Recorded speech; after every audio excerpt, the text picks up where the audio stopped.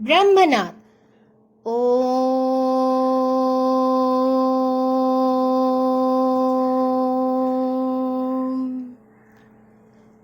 Om.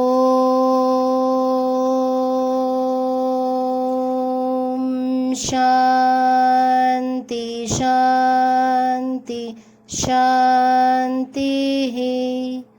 Swastha.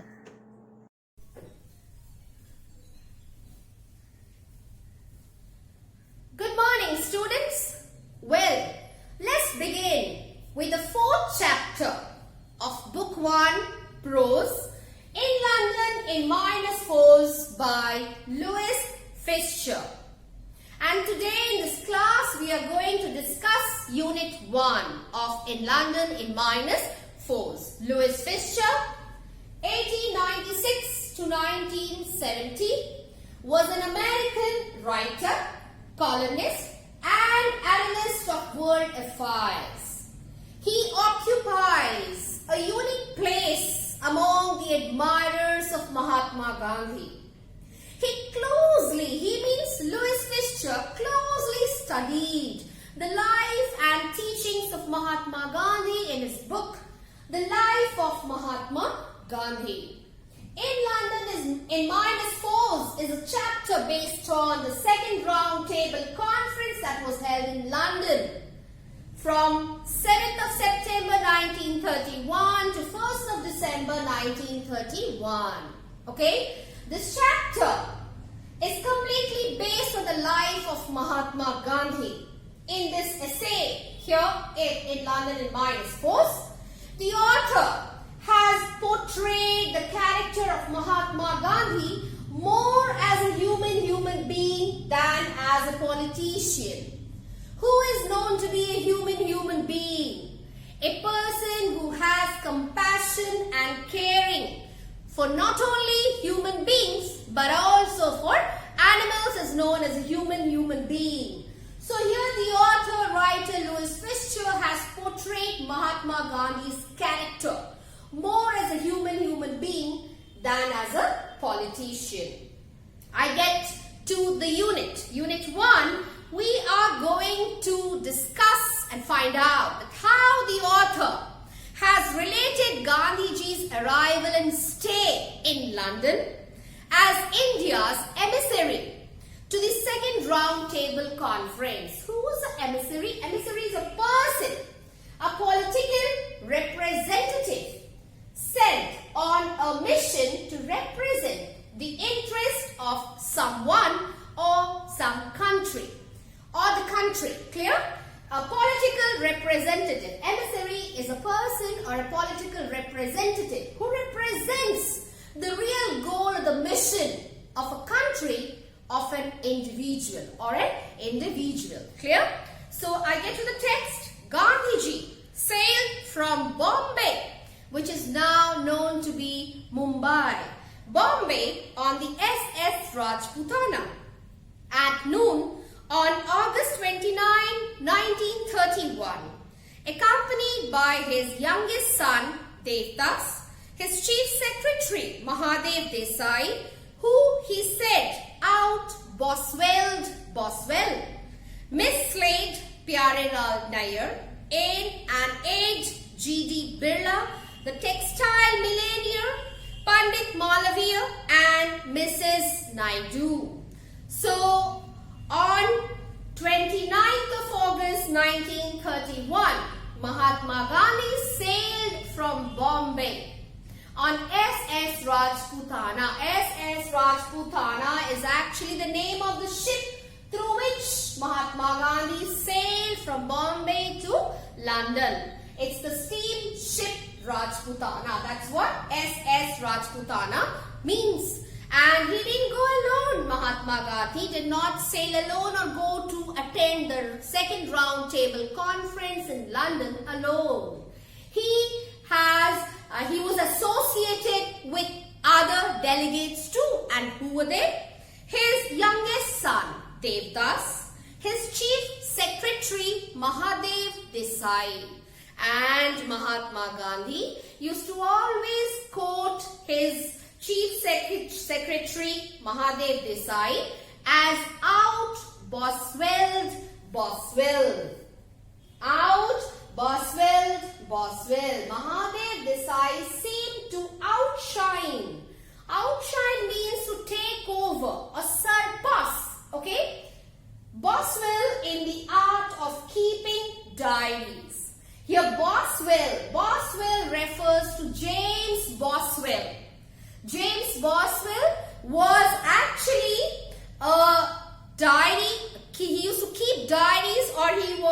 a diarist and he was a biographer of the 10th century. Clear?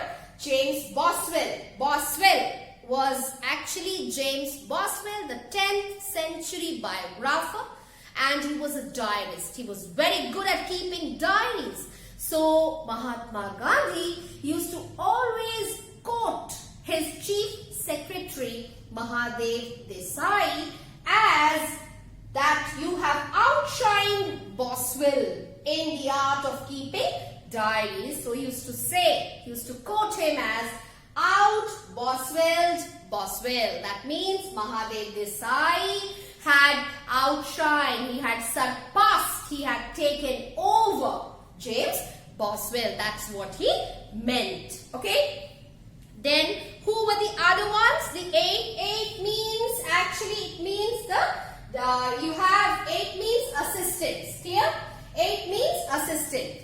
So who were the other assistants? Miss Slade, Pyarelal Nair, G.D. Birla, the textile millionaire, Pandit Malaviya and Mrs. Naidu. They were the all other delegates, including Mahatma Gandhi, who sailed on 29th August 1931 on SS Rajputana, the name of the ship, from Bombay to London. And Gandhi was proceeding as sole delegate of Congress to the second roundtable conference in London. Sole means unique or unsurpassed. Clear? Unique or unsurpassed. He became very unique among everyone. How? Let's see that. So, no other delegates were necessary since he spoke for the organization and for a considerable segment of vocal India. So many other delegates. Who were the other delegates? Gandhiji, including Mahatma Gandhi. The other delegates were his youngest son. Who was the youngest son? Devdas. His chief secretary, Mahadev Desai. The other assistants, Miss Slade, Pyarelal Nair, G.D. Birla, the textile millionaire, and the other ones were Pandit Malaviya and Mrs. Naidu. Everybody accompanied. They tagged along with Mahatma Gandhi. They sailed in SS Rajputana from Bombay to London. But Mahatma Gandhi became the sole delegate. Okay? He became that unique person who actually is known as a delegate, a person authorized to act as a representative. So Mahatma Gandhi did outshine among everybody as a unique delegate. Okay? And how that did happen? No other delegates were necessary since he spoke for the organization and for a considerable segment of vocal India. Considerable. Let's see the meaning of considerable means large. You know, segment means section. Large section. Large section of what? Large section of people who spoke in India's interest. He became the sole one. He became that unique one who could put forth the real words or the real interest of the Indians. Okay? He became that unique one whom nobody could surpass or outshine there. And he means Mahatma Gandhi became the sole delegate who could speak up, who could represent the Indians' voice or the Indians' interest individually or in a unique way. Clear? In London from September 12th to December 5th, he stayed most of the time at Kingsley Hall and East Settlement House as guest of Muriel Leicester. Clear? So what did he do? In London, when he reached London from 12th of September to 5th of December, where did he stay? He stayed in Kingsley Hall and East Settlement House as a guest of Muriel Leicester. Muriel Leicester is, she was actually a social reformer and a pacifist. Okay? And who had visited him in 1926. So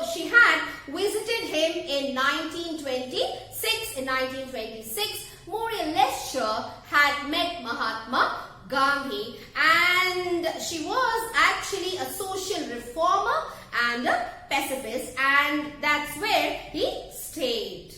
Mornings he took walks through the nearby slum areas, and men and women on the way to work would smile at him, and he engaged them in conversation and later came to their homes. So what did Mahatma Gandhi do there?